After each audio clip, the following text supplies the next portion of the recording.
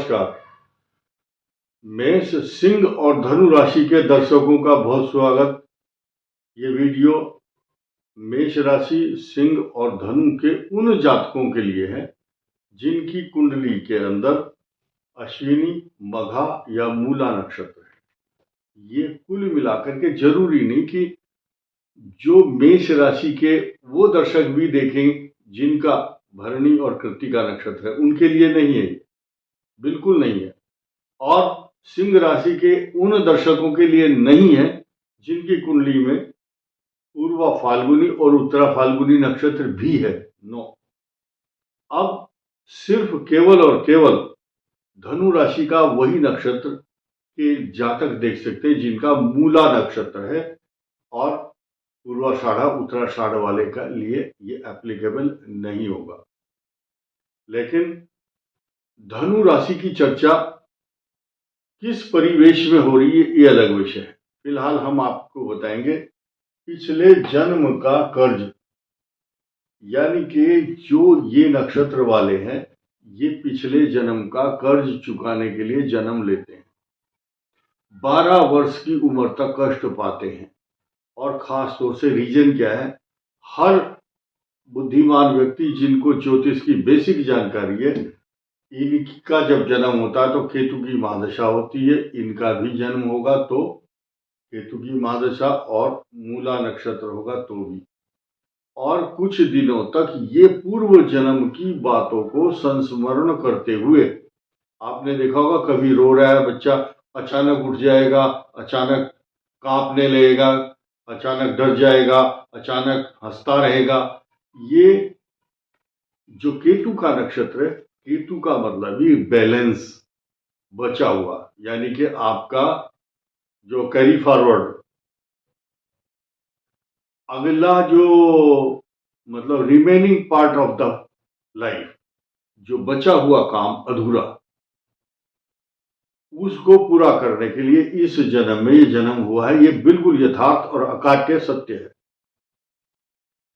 कुछ समय तक ये बीमारी, इन्फेक्शन, कई प्रकार के कष्ट से युक्त रहते हैं अश्विनी, मघा और मूला। और ये सीधे सीधे साफ साफ है कि जिस भाव में आपका केतु होगा, पिछले जन्म में उसी भाव से रिलेटेड समस्याओं को दर्शाता है। आप आंख बंद करके बता सकते हैं कि ये पूर्व जन्म का कर्ज चुकाने के लिए आए हैं, और जिस भाव में केतु बैठा है चंद्र लगन या जन्म लगन से, उस भाव से रिलेटेड जीवन भर क्राइसिस या वो व्यक्ति जूझता रहेगा पूरे साल, पूरे जीवन, और वही चीज उसके बार बार सामने आती रहेगी, वो उसको भूलने ही नहीं देगी। तो केतु इस बात का परिचायक है और द्योतक है कि अश्विनी नक्षत्र के लिए, मघा के लिए और मूला के लिए ये अश्विनी नक्षत्र क्या करेगा, इनके जो शुरू में 12 वर्ष जो कष्ट के रहते हैं, ये बाद में गंध मूल के कारण, ये कैसे मूल है, ये मूल नक्षत्र है। मूल का मतलब समझिए, मूल का मतलब ये होता है जड़, यानी कि इनकी जो जड़ें हैं फैली हुई हैं। कैसे?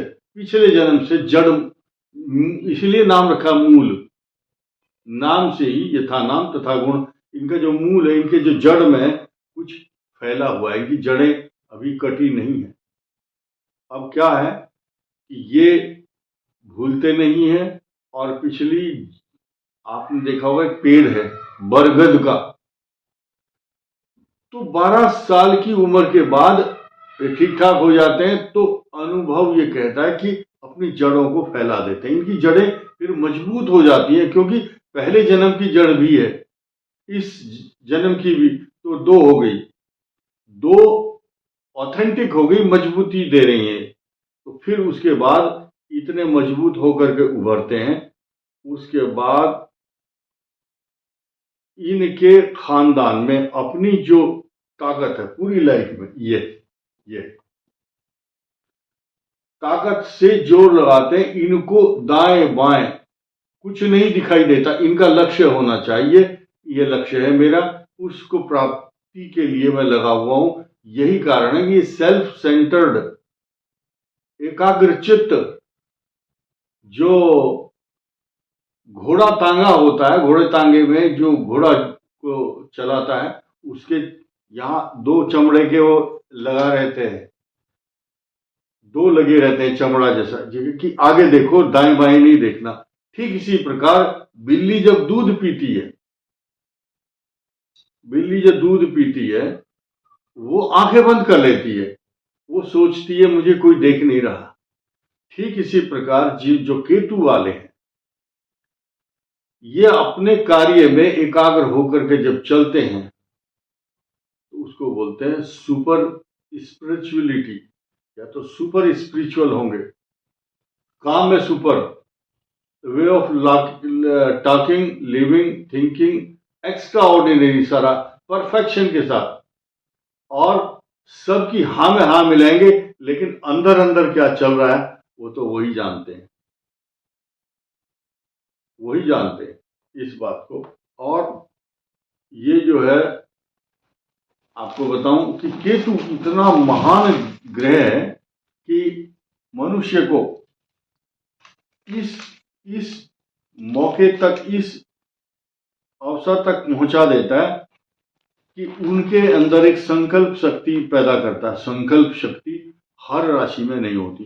इन दो मूलों वाले के अलावा ये जो है, इसका जो मूल है वो कुछ ज्यादा पावरफुल है। ये राजा और महाराजाओं के समान भी होते हैं, क्योंकि इनकी जो राशि का लॉर्ड है वो बृहस्पति से जुड़ा हुआ है। आप देखेंगे इनके मन के अंदर जो संकल्प शक्ति है उसके साथ साथ एक लक्ष्य भी होता है। इसका भी एम है, इसका भी है, इसका भी है। और वो जो एम है, उस एम को प्राप्त करने के लिए ध्यान रखना, स्टार्टिंग अच्छी नहीं होती, लेकिन उसके बाद तो फिर कमी भी कुछ नहीं रहती, क्योंकि इनको एक मार्ग मिल जाता है, रास्ता मिल जाता है। और रास्ता क्या बताता है? केतु का नाम है शिखी। शिखी का मतलब झंडा, फ्लैग, शिखर। ये शिखर पर पहुंचाता है मनुष्य को। डिपेंड ये भी करता है केतु कहां बैठा है, और मूला ये भी शिखर पर पहुंचने का प्रयास करता है, क्योंकि इनका लक्ष्य कुछ नहीं है, अपने आप में अंतर मन से, अपने मन से ये लक्ष्य तैयार करते हैं और उसको हासिल करना चाहते हैं। दाएं बाएं देखना, यानी कि आत्ममुग्ध, सेल्फ सेंटर्ड होकर के काम करते हैं। तो दूसरे व्यक्तियों में और इनमें बस यही फर्क है, इसलिए लोग इनको डराते हैं। क्यों भाई? अश्विनी नक्षत्र है, मघा है, मूला है, और 3 नक्षत्रों की बात हमने नहीं की, क्योंकि उन तीनों के स्वामी है बुध। वो कौन से हैं? श्लेषा, ज्येष्ठा और रेवती। इनके स्वामी बुध हैं, और वो भी इतने मतलब बहुत हाई फाई, जिन दो का नाम अभी नहीं लिया मैंने, ज्येष्ठा और श्लेषा, ये बहुत कठोर कष्टकारक मूल है। उनके तीनों के स्वामी रेवती, ज्येष्ठा और श्लेषा का स्वामी बुध है। वो जो बुध है उसकी क्वालिटी अलग है, लेकिन फिलहाल इन तीनों की बात कर लेते हैं। ये कठोर कष्टकारक मूल है। यही कारण है कि इनकी मूल शांति बाल्य अवस्था में होनी आवश्यक है। नहीं करते। इसका मंत्र अलग है, इसका अलग और इसका अलग।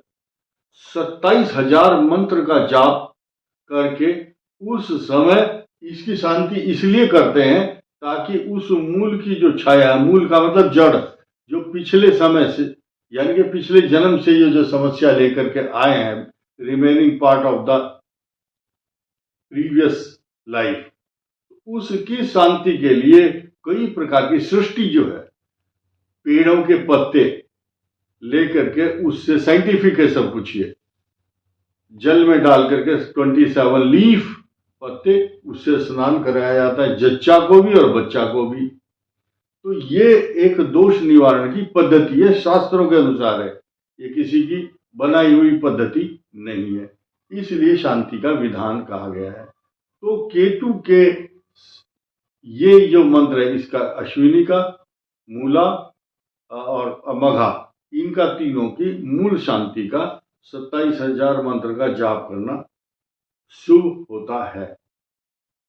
ये करना चाहिए और तभी आप जीवन में कुछ तरक्की कर पाएंगे, इसमें कोई संदेह नहीं है।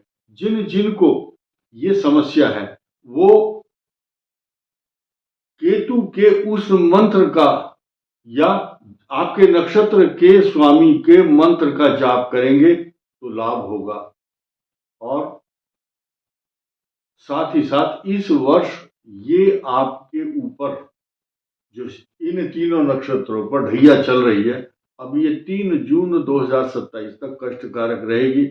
डरने की और घबराने की बात नहीं है, लेकिन बाल्य अवस्था में जिनका जन्म इन नक्षत्रों में होता है उनके लिए शांति आवश्यक होती है। इस वीडियो में इतना ही। धन्यवाद। नमस्कार।